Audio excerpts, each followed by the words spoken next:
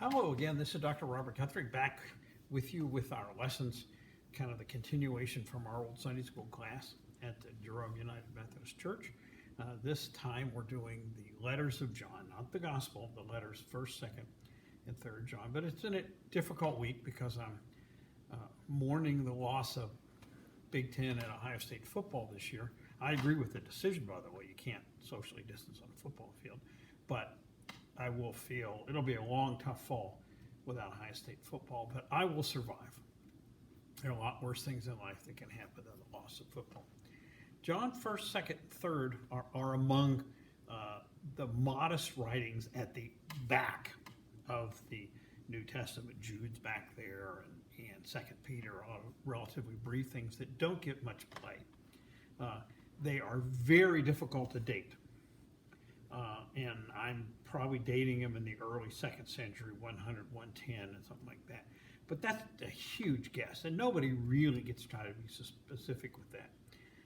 The interesting irony is some of the scholars think 3rd John was written first, 2nd John was written second, and 1st John was written third. When you read 2nd and 3rd John, they're clearly very personal type of letters, like you send to one person.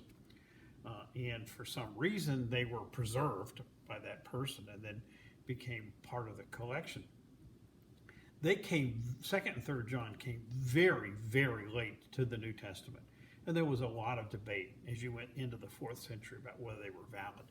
The Syriac Bible of the Eastern churches, which are now in Iraq and Iran and further east, did not include them in the New Testament. And so the original Syriac texts, they just excluded them. If you read them, you'll see there's not a whole lot of reason to have put them in.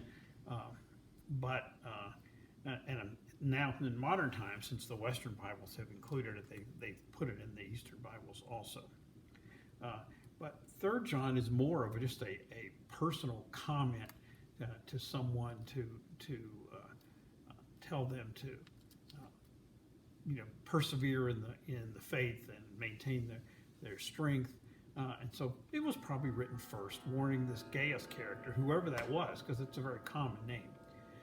And then 2nd John was written. Now there's a hint in 2nd John, and as to what this is all about, because it talks about people, non-believers, who deny the physical presence of Jesus or the human presence of Jesus. And this is clearly a reference to the Gnostics. The Gnostics were a rival movement. It's Gnostics, in case you want to look it up. And it's not completely clear what they were about. From what little I know, they had a variety of spiritual forces and different layers in this spiritual world. And they thought Jesus had come as a spirit, not as a physical presence. And therefore that would deny the crucifixion. You can't crucify a spirit, or the physical death of Jesus. Spirits don't die physically, and resurrected. So you can't be resurrected unless you first died. So even though they tried to incorporate Jesus into their multiple layers of various spirits that they have, it was quite a challenge to Christianity for a while. And this is that era when you're getting into the 2nd century, the 100s, where you had a wide variety of other beliefs kind of challenging Christianity before Christianity became dominant and took over the empire in the 4th century, the 300 range, which is when the Council of Nicaea was. So that comment in 2nd John, that's really the only important thing about those two letters, probably gives us a reason that these were written. It gives us a reason as to what was threatening the early church. There were other threats. We talked about last time. We talked about Marcion, who said that Jesus was sent by not by the God Creator, but more by an evil spirit. And you had a variety of other types of heretical churches emerge at the time. And in the end, Orthodox Christianity, which Orthodox means straight belief, ended up dominating, taking over the empire and becoming the dominant form. Christianity, of course, has scattered into multiple different variations, but there's not huge theological differences inside most of the Christian movement. There are some ones that are more on the outlier. But that belief in the physical presence of Jesus and the crucifixion, the physical death, and the divinity, that Jesus was both fully God and fully human at the same time. That dominates most of what people that consider themselves Christians. There's a few that don't do it. So that's very important. When you get into 1 John, it has considerable theological significance, and it's very interesting in trying to look at it. It's very similar in its message to the Gospel of John, or the fourth Gospel, as some people call it. You do find the same type of references, that God is light, that Jesus was the Word. Logos is the Greek word for that. He used it in the opening of the Gospel. So it's very, very similar. Were these written by the same person? Possibly. That would put the Gospel more later than I've traditionally done it, at 95. A lot of people do put Gospel of John into the 2nd century. And so you can debate that one. But it's very, very similar. It also could be written by one of the disciples, followers, apostles of St. John, if you accept it that way. That would place it in Ephesus. Ephesus is a former city near the coast of Turkey. I've actually been there, and I have a picture. I don't know whether you can see that. That's the tomb of St. John at the old church at Ephesus. I have a picture of what they said was the tomb of the Virgin Mary. If you want to put that, can I put that one up too? Got that? And so it's interesting city. It was a magnificent city in the old days. The ruins are fantastic. The river, whatever it was, that supplied the bay there, silted the bay up. And so the city just died, and the ruins are there. And they have like a 25,000 seat amphitheater on the hillside. Really impressive. But the city died when the bay silted up, because its reason for existence passed. And that happened at several other cities on the coast up at Troy. The bay silted up. At Miletus, a couple other cities, the bay would silt up and civilization would move on. So 1 John is theologically very, very similar to John of the fourth Gospel. And it was written as an encyclical. Encyclicals are theological statements which are designed to be distributed widely to all the believers, and probably was aiming at the busy, active churches in the western part of Turkey and the Aegean Basin. That really was one culture. It was a Greek-speaking culture at the time, a part of the Roman Empire. So it was aimed at those churches, because they were beginning to become under the duress of being challenged, not only by the Roman authorities, which were starting to persecute them at that time in that area, but also on the part of these other belief systems coming along, Gnosticism, Marcion's heresy, etc. And the point is to try to reaffirm the basic Christian beliefs, tell everybody to be tough and hang in there, and the Lord will provide, and maintain the faith, etc. So it's probably for those churches. And I think it's responding to the same threats that we talked about before, of unfaithful people coming up with these various heresies, and particularly Gnosticism, which we talked about. And the real threat there was the Gnosticism trying to incorporate Jesus into their belief system, and that would challenge the uniqueness of Christianity. Gnosticism ended up fading out in a couple hundred years. As in the Gospel, many of the themes are quite similar. It starts off early in the first chapter. It's only 5 chapters. That Jesus is the Word, Logos, Logos, the Greek word of life. And if you remember the first chapter of the Gospel of John, in the beginning was the Word, and the Word was with God, and the Word was God, and it drops down, and the Word became flesh and dwelt among us. So the language is very similar to the Gospel. The theme is very similar to the Gospel, that Jesus was the manifestation of God coming in human form to us on earth to save us from ourselves. That's really what it came about. And that God is light, and to keep us from walking in the darkness, he sent his Son down to bring light to the world, to save us from ourselves also. And then early in that, again in the first chapter, he acknowledges our sinful nature, that we have to challenge this, that the sinful nature isolates us from God, and that Jesus was the sacrifice sent down to forgive us our sins. This is into the second chapter of this. So this is very standard theology, but it's very similar when you read it, you'll see that the language and the wording and the rhythm are very similar to the gospel. So it comes from the same source, what that source was. You can debate whether it was the actual person or followers of that person. And it goes into where we have a new commandment.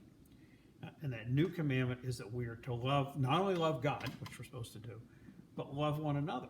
And that's, it's a really revolutionary concept. We talk about it all the way through the New Testament, but it's really a revolutionary concept that Jesus brought down to us. That instead of loving your family and hating your neighbors, you're supposed to love your family and love your neighbors also. And that's a challenging thing. A lot of people out there are pretty unlikable. Doesn't say you have to like them, it says you have to love them. And the point of this letter says that emotion of loving our neighbors is what separates us from the non-believers and separates us from the darkness of life and brings us into God's light. And that's the new commandment. You get a little bit later in the second chapter, and it stresses the need to not live in the world. Now that's easy to say and tough to do, because we are living in the world. But they're saying, and I've seen this. Don't live for worldly success. Live for theological success.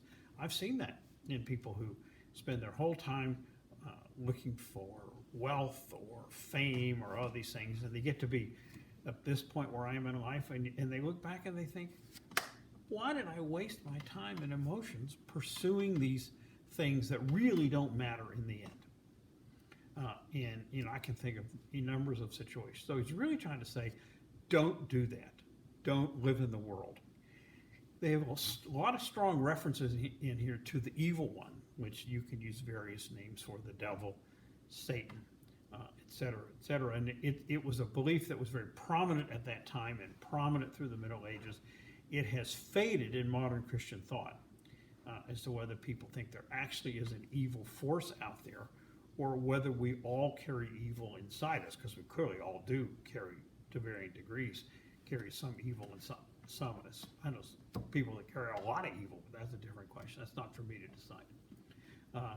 And you get a bit later in the second chapter, they start to identify specific threats to our beliefs. One of them is living in the world and loving the world. Another one is love of possessions. We don't know anybody that really worships money, do we? Yeah, we don't know too many people that don't worship money. But that's really one of the great curses. And Jesus was very clear on that you can't love God and money. He said it over and over and over again. And it's very interesting that most modern churches don't talk about it as the challenge. The great challenge of modern life in Christianity is not loving money. And they talk about disordered bodily desires, which of course gets into sexual misbehavior. And that is still a big issue in modern life, because humans are humans. We keep doing that. Then and later in the second chapter, he begins to talk about the Antichrist. This is an interesting term. As you read it, you'll see that it flexes back and forth. And it's really used as the Antichrist only here in 1 John and in Revelation. And there's a little bit of a difference as to how it's described and what the history of that term is. Some of the scholars look to a reference in 2 Thessalonians, one of Paul's letters, the second chapter, verse 3 to 5, but it really doesn't it uses the term evil one. It doesn't use the term Antichrist. Antichrist is widely used in Revelation, which we're going to study next, and it's a popular term in certain aspects of people. Particularly, they used it to describe their enemies. Martin Luther called the Pope the Antichrist. I'm certain the German Christians in the 1930s thought Hitler was the Antichrist. You could make a good argument on that one. And it's not clear specifically, if you read this, it often makes references to Antichrists. So it could be just a reference to people that are anti-religion, that are anti-God, that are pro-evil, rather than this force that's out there like Satan that comes in to fight a battle with Jesus at the end, which is what we'll talk about in Revelation. So it's an interesting, and it appears first here. You see it in Revelation 2, and there's clearly some relationship between those books. And so it's hard to be exactly clear. And then they refer to other worldly foes, like the Gnostics, for being heretical, for Marcion. We talked about him recently. And they showed how they clearly are concerned that these growing heresies are challenging two aspects of Jesus. The first is that the Gnostic firm challenged his humanity. They said he really wasn't human, that he was just a spiritual presence here, and therefore he couldn't have had the redeeming death on the cross, because if he wasn't human, he couldn't have died. And then the Marcion heresy, which said Jesus was not created by God the Creator, but came down from a different evil God, challenged his divinity. So those two second century heresies were challenging what became the clear Orthodox belief in Jesus being fully human and fully divine, with the mystical union of the two. And chapter 3 continues to talk about what you need for redemption, that you need to break with sin. It's a challenge, but it's interesting because it kind of implies that you could break with sin, and that you could keep God's commandments. There's an interesting one when you get into that one. It's a statement that says, and I kind of quote it, "No murderer can have eternal life." And I thought, well, that's an interesting thing to say in the Bible, because Moses was a murderer. If you remember, he murdered the Egyptian, which is why he fled Egypt and went out to the Midianites and got his call from God. King David was an adulterer and a murderer. And Saul of Tarsus, who became the Apostle Paul, was an accomplice to murder when he cooperated in the stoning of Stephen. So it's an interesting statement in there that can be refuted by other parts of the Scriptures. I personally am a believer that any sin, even as evil as murder, can be forgiven if you truly repent. Because remember, the only person we know of in the New Testament who went to heaven was the thief that Jesus left in Luke's gospel.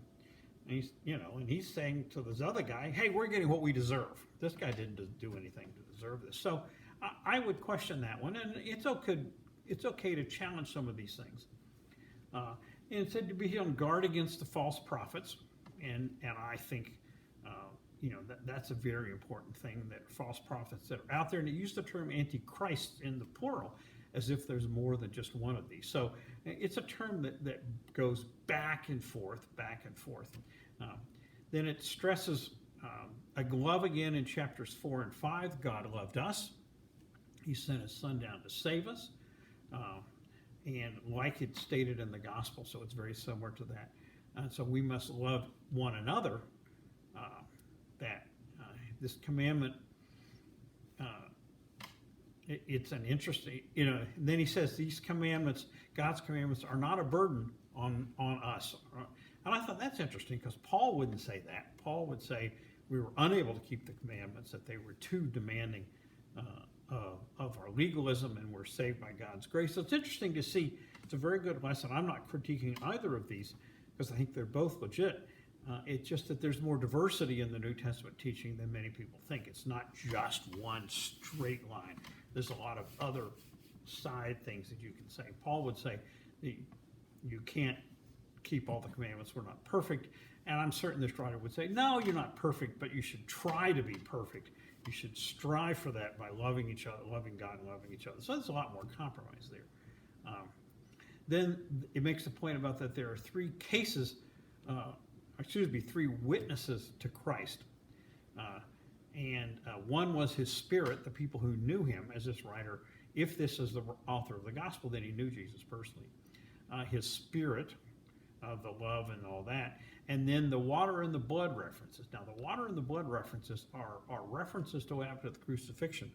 If you remember that, as they were trying to determine if Jesus was alive on the cross or not, because they were going to have to take him down because it was Passover was coming at sundown, that they jabbed him with a spear and water and blood came out. So that's what that reference is to confirm the finality of the crucifixion in regards of his physical life. And then after that, it makes further stresses about our behavior, how we are to separate ordinary sin from deadly sin. That's an interesting question. I'm not really certain how you do that, but it's an interesting argument. I'm certain there are clearly some sins that are far worse than others. A long time ago in England, they murdered the Archbishop of Canterbury, Thomas Becket. That was a really bad sin, but I didn't do anything like that, but I'm still a sinner. So it's an interesting argument. Are there gradations to sin? Well, I think we don't want to live in a state of sin. We want to live in a state of redemption by God's grace from our faith. But you can debate whether it's ordinary sin or deadly sin. And he doesn't define what deadly sin is. It's an interesting challenge. So it's a relatively brief letter. There's a lot of thought in this, and there's a lot of nuance in this, but there's a lot of ambiguity and lack of clarity in certain things. And again, the same message is love God, love each other, believe in Jesus and the incarnation and the resurrection, and everything will be okay. So it's an interesting, fun read, actually. It's very original. It's very similar to the gospel. It's very different than a lot of the other things. But here's a brief, I think very articulate and very powerful encyclical or letter to be shared with all the churches. So this is Dr. Robert Guthrie. We're going to stop here. And next, we go on to almost everybody's favorite, Revelation.